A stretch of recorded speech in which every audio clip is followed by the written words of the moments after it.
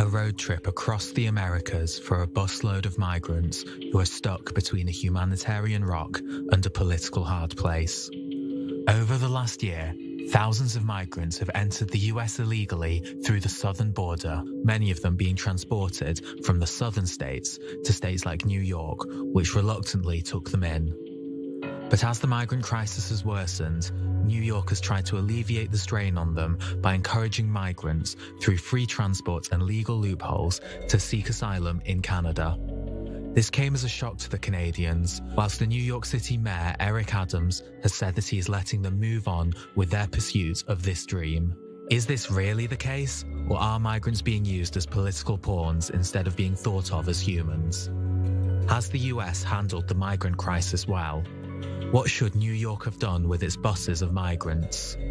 Politically speaking, who are the winners and losers of all of this? How can the US solve the migrant crisis? So let's get to it. How can the U.S. solve the migrant crisis? As always, we begin with our quick fire round, 30 seconds each to let your initial stance on the matter, and we'll pick up the conversation now from there. So, Jobob, please take the lead. How the U.S. solves the migrant crisis, and maybe it's not necessarily solve, but at least try to tamp it down a little bit, would be to follow the laws that are already on the books. There are laws that the U.S. Congress has passed, and it would appear that if the president and his administration were to follow those rules, we would be in a much better position and have a better footing on how to solve the process further. Nora, Loreto, your take? Yeah, well, there are certainly laws on the book, but those laws often encourage a lot of confusion. For example, if people are being sent from the United States to Canada, Canada has a law that will not accept them because we consider the United States a safe country. Okay, we'll elaborate on that a bit further later on. Marc, Schulman, your thoughts? Well, to solve the crisis, which is really a big problem, America has to decide how many immigrants it wants to allow in legally. It should be somewhere between 1 million and 2 million. Increase the number of legal immigrants that we currently are allowing in. Aim for some of the countries that need the immigration the most. And that will at least tamper it down and give us control of who's coming into the country. But first, there has to be a decision. How many immigrants does the United States want a year? And that number is an economic determinant, which is, like I said, is probably between 1 million and 2 million. Okay. And let's feel free to interact from this point onwards. And let's begin by zooming in on the recent developments. Let me ask it very clearly. Is the NYC plan moral, Marc?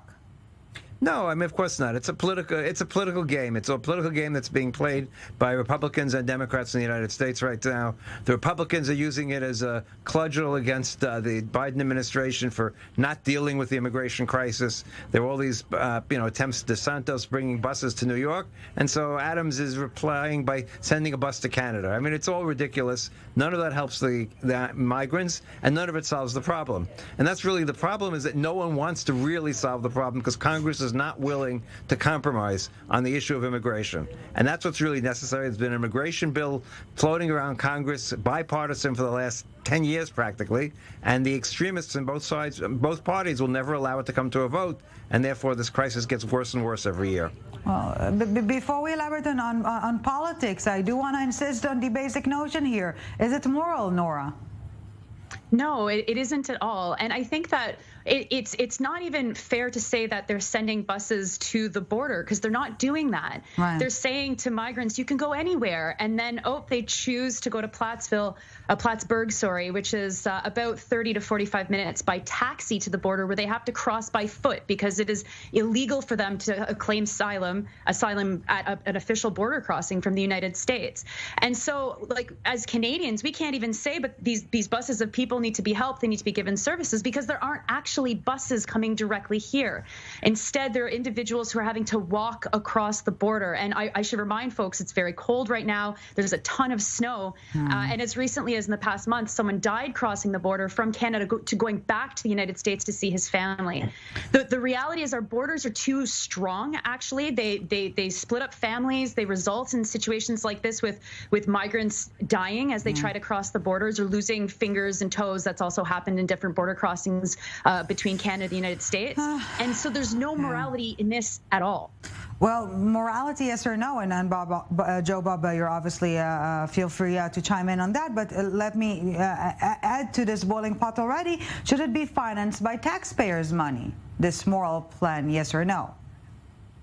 Yeah, first kind of hitting on the morality of it, I would say that also probably no, it's not moral what is happening to these people, but the morality of the buses being shipped around the country is an appendage to the main problem. It's not moral for the current administration in the United States to give the signal to people in South America that the borders are as open as they are. What people end up doing is employing cartels to ship them to the United States, and then they get across the border and claim refugee asylum, which again, the administration is not enforcing any of the rules that it's set out to enforce. And what ends up happening is you get thrown into this big jumbled mess. And unfortunately, the busing situation for illegal immigrants in this country tends to be the last part of the bigger problem, in which the Biden administration sending the signal to South America is not a moral compass to work off of in the first place.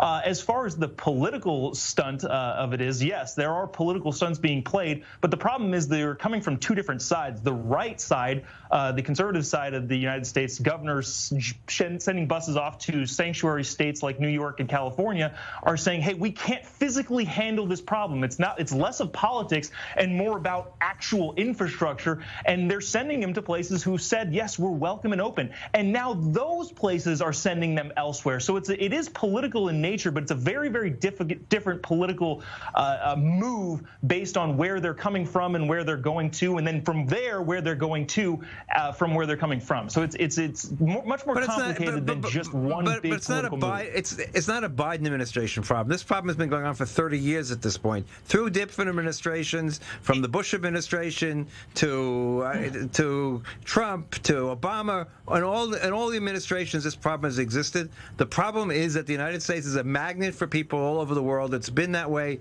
since the beginning, basically. We became less of a magnet in the 1920s when we closed the doors, and we opened the doors again in the mid-1960s. And the problem is that more and more people all over the world are trying to get to a better place. It's not only an American problem. Look at Europe. It's a worldwide problem. Yeah, I agree with you. Congress is sitting on its hands and not doing anything. But it's also disingenuous to say that the problem isn't worse. Last year, there were 1.7 million illegal immigrant encounters with the Border Patrol. And that was the highest it's ever been. This last 2022 fiscal year, there's 2.7 million illegal immigrant encounters. So to say that it's not markedly worse with the new administration is just disingenuous. I do agree, though, that it has been a problem for a long time, and Congress needs to actually act and do something about it. Unfortunately, they're afraid to put their names on any major piece of legislation that may harm their reelection. The reality is that this is a massive problem, and it's related to the fact that the world is changing, that there are crises that are pushing people out of where they live. And so to pin this on a specific administration is laughable. We have the exact same situation in Canada with a very different kind of governance. You just did, but what the reality is that this is going to not pinning the entire thing. It's worse, which it is. Sure, but which has nothing to do with the administration. That's a happenstance for who is in power right now. The reality is that this is going to continue, which is the administration. And if okay. So this is going to continue, and if state governments refuse to actually deal with this, come up with a process to allow more people to come in and have that infrastructure, so they're not sending people all over to different states randomly or telling people to cross borders where they know they'll be stopped. This is just going to continue. And so for me, I look at this and say, well, why are we even allowing politicians to play politics with this? And it happens in Canada as well. Immigration and refugees are treated like a tap, where they get turned on by one party or turned off by another party based on the political whims of polling, saying what their supporters want to say. So we need to actually transcend the partisanry of this and talk about the fact that people are desperate, they're looking for security, and what is the role of a country that has people show up at their borders and say, we are seeking asylum. Or the other way around. Maybe migration policy should be left to local administrations. due to the lack of ability on the federal level. But you can't. Immigration is a national issue. To become an immigrant and to get citizenship, all those things in the United States, at least, is a national responsibility. The Constitution gives it to the country, gives it to the nation as a whole, and not to the states to determine immigration policy. So it is a national policy. It has to be a national policy. And the problem again comes down to politicians who, I think was said best by Bob there, that you can't. No one is willing to do anything that might get them primaried in an election by the extremes of either party. And the only solution will be something in the middle, and something in the middle is not popular with the primary voters in either party. Well, to compound on what you're saying about it being a federal issue, an issue for the entire country, there's also plenty of instances where states have tried to take their own action against it. Famously in Arizona, the governor there was putting up walls, in effect, old shipping containers to build a barrier between the United States and Mexico. And the federal government sued the governor of Arizona, saying, no, this is a national issue. So not only is it actually a federal issue, the federal government will go after states for trying to make it their own local issue, which, is a political problem in and of itself. But you all remember the DeSantis stunt, I would call it, of sending a migrant to Martha's Vineyard. Should other states help border states, to pull the weight? But they do, actually. The reality is that that New York and California have the highest percentage of immigrants. That's the reality in terms of the population. Yeah. Florida has a relatively low percentage these days. So it's not, all the states are pulling in different ways. There's some states that get no immigrants just because of their geographic location, or very few. But yes, it needs to be spread out. That's why it needs a national policy, a national settlement policy. Look, when the Vietnamese refugees came after the Vietnamese War, there was a national policy to resettle them. And they were settled in different communities all over the United States, and it's considered a very successful immigration. The same thing needs to be done, and the most important thing that needs to be done is there needs to be more immigrant visas. People should have to wait in whatever country, know that they can get a visa within a reasonable period of time to immigrate. So before we wrap up this part of the debate, Nora, quickly, what Marc Schulman just said, should more illegal migrants become legal, or there simply should be less migrants? No, of course, we can't stop the flow of migrants. There's climate crisis, there's wars, there's hunger. There's going to be more migrants, since we have to deal with them in a way that makes sense, and that is humane. Jobob, more illegal turning legal, or just less? Well, I would leave that up to Congress of setting a number, set a hard number of this is how many people we're going to let in a year. It'll all be legal, and we'll have a wide open door for whoever wants to come, but it has to be capped at a number, and anything past that is just floundering, and that's not going to help anybody. Okay, hold your thoughts right there, because we do have to take a very quick break now, but when we get back, we continue our discussion, and yes, politics, obviously, a key feature in the migration policy, or lack thereof, so you're staying with us. Nora, Marc, and Jobob. Quick break, and we're back with part 2 of the summit.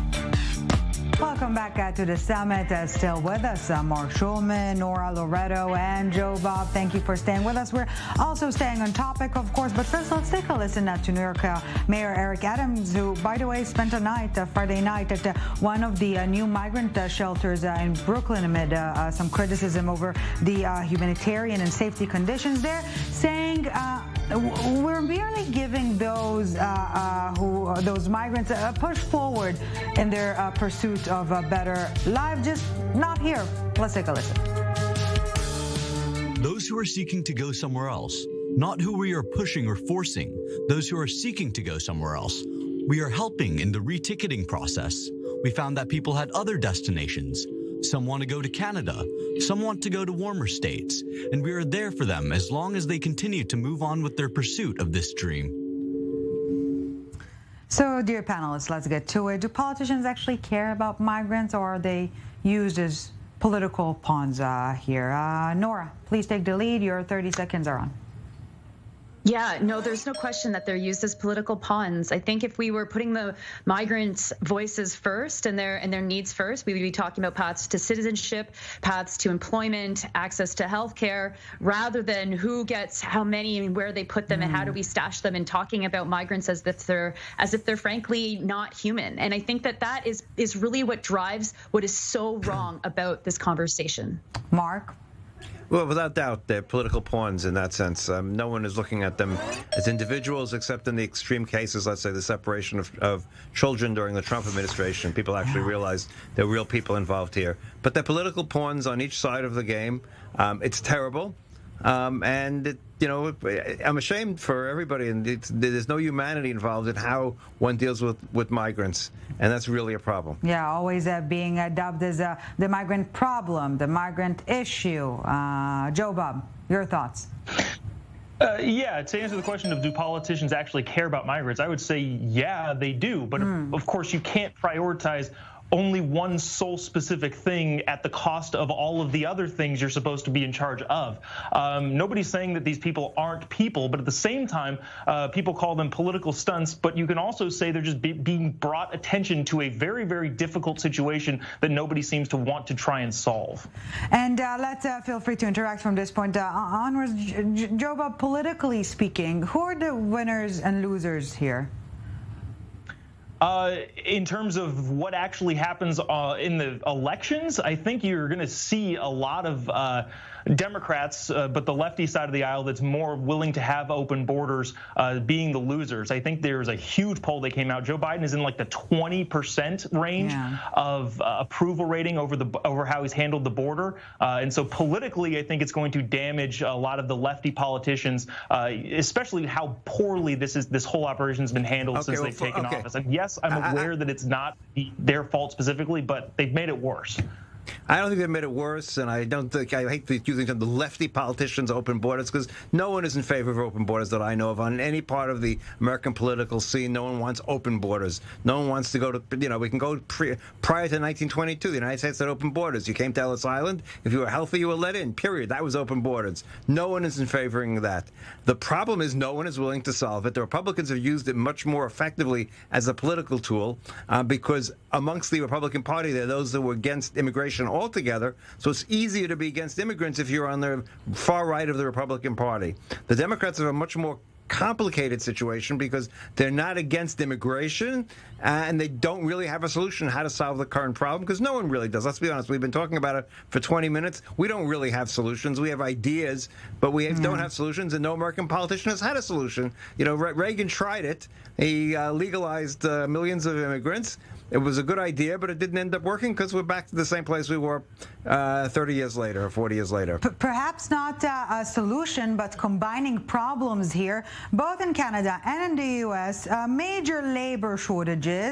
Lots of migrants want to come in. Maybe it's a blessing in disguise here. Look, clearly the United States needs immigrants. But we also we should step back and look at the entire regime, because it isn't just people who are seeking asylum at the borders. In Canada, we easily could absorb everybody that enters by foot or by air or by sea. It is not that many people, but we have a far larger problem with our paths to immigration and permanent residency that passes through something called the Temporary Foreign Worker Program, where there's hundreds of thousands of people who are denied residency, denied citizenship, but who come to Canada every year to work. So if we want to start talking about organizing a system that makes sense, we need to give those workers paths to citizenship. And then once we actually have paths to citizenship, that follows better working conditions, better wages, because they can't be exploited as easily without having any status in Canada. And then we can also talk about the fact that so many undocumented workers that do cross the border on foot find themselves working in very low-waged, invisibilized work. I mean, our government called them guardian angels, people that came to Canada from the United States. But Nora, I do have to ask you, if numbers keep going up, will Canada remain so migrant-friendly, or is Canada migrant-friendly because it's just in the quote-unquote right amount? Canada's not migrant friendly. I mean, our politics just operate different than the United States, but we have the exact same debates going on with the far right, very resistant to migration, and the liberals, who are very centrist, they're not the left, who use this and usually talk about them in economic terms. And so, Will we continue to see immigration and migration play a role in federal politics? Absolutely. But it isn't as if Canada is migrant friendly. What does work in our favor is most Canadians understand that their families came from somewhere before they ended up here. Look, most of the whole world, in most countries that accept immigrants, there's resentment against immigrants. The United States, going all the way back to the 1840s, had anti-immigrant parties, and there was the Do Nothing Party in the late 19th century, excuse me. People don't like immigrants because they're different than themselves, so there's always a resentment. They always feel like they're losing their country, that it's no longer Protestant, it's now Catholic, et cetera, and that's been going on throughout history. It goes on today, both in Europe, where there's a resentment in all the immigrants in all the different countries that have changed the face of the country. In the United States, it's the same thing. Resentment against the changing face of the United States. Even the United States has changed many times over the last 250 years. But people don't want the other, and they don't want the other, but they need the other economically, and so it's a push and pull. And no one has solved the problem because migrants go where the economics are good and where there's a high level of freedom. Therefore, they come to the United States, they come to Europe, they'd like to come to Canada. They're not going to the middle of Africa. And the Chinese and the Japanese are not letting them in. So that's the reality of the world. But they also go. They also go where they've got family, right? And this is in Canada. There's a lot of people that come, especially to Montreal, if they're coming from Haiti, because it's a francophone province, right? So we also have to think of those kinds of connections as well. Jobob. Yeah, to the earlier point, if Canada is more than willing to open and accept everybody at our southern border, I think both politicians from both sides would be happy to pay for any transportation necessary to send them right on up there. That's not something that I said, nor is it even close to the truth. Well, okay, it is what you said. You said we have the capacity to take in everybody that wants to come in. Canada is a very large country. I'm not sure if you've looked at a map, but it's massive. So we could. There's no political will to do that. The United States of America. So. You guys got a massive wall called the US of A, and we're doing a lot to stop the immigration that I guarantee you cannot handle infrastructurally. To the point of people are being afraid of being othered, I would not say that is remotely close to true. I think people are afraid of having to have people bear burden on the U.S. taxpayer. When you talk about unemployment in the United States, there are a lot of people still looking for jobs. In fact, apparently college-educated students are so burdened by debt that the United States taxpayer has to pay off their debt. Well, why can't they go and find jobs that are apparently okay for migrant workers to accept, but not okay for Americans to accept? Wait a second. The United States has the lowest unemployment rate in history. Excuse me. And let's say the facts. The United States has the lowest unemployment rate in history right now, or at least in the last 70 or 100 years. It has the more jobs offering and less people looking for work than ever before. So that's not the issue. After 6 months, the unemployment rate doesn't mean anything. Well, no matter what the topic is, it is always getting heated when we need to wrap it up. So Jobob, Nora, Loreto, and Marc Schulman, thank you so very much for